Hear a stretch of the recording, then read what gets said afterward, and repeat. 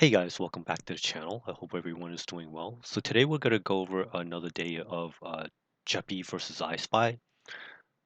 So again, the holdings, there hasn't been any really good updates to like the holdings or any disclosures or anything like that. But let's just assume that the swap is on target. It's a roughly 10.9 million. And then for the simulated options position. So again, I did the same day. Try to back into like what they're trying to do. So 48.15, which is the strike, divided by this moneyness, brings us close to like the prior day's close of 4,774, 75 cents, from December 26th. So let's just assume that they got filled at 35 cents. So 35 cents divided by the last close.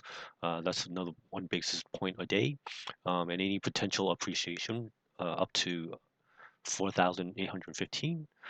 So that's like another 85 basis points potentially. And then for Defiance, they got filled at 1027, which is lower than the previous day, but it's still pretty decent. 21 basis points per day. So this is what the option chain looked like the before the open. And then as you can see, today was a kind of a wild day if you were kind of like looking at the price action all day. So I guess a late day not I wouldn't say a rally, but it's just kind of like I guess like people pushing the price up. So JEPY got really lucky today. It expired just like out of the money. Um so so today JEPY uh, did better. So they got the full 21 basis points, while ProShares, while it's not bad, they didn't quite uh, get all the way up to like the 48.15 that they were hoping for.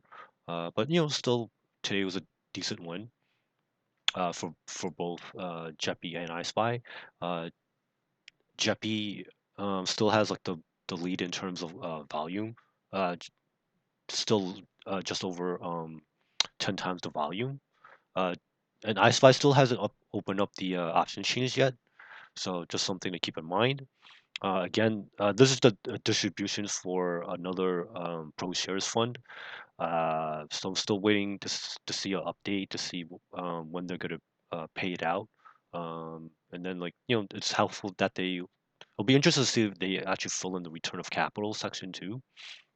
And then also in other news, Defiance last night, they put out like their distributions for the distribution information for January. So it's a little bit lower this month, but still 50 cents is still pretty good. Um, that's good enough for like a 32 percent rate. So I think still good time to be alive. Competition between the two, I think is a good thing. It gives everybody like a little bit like a choice for like depending on their risk return profile and what they want.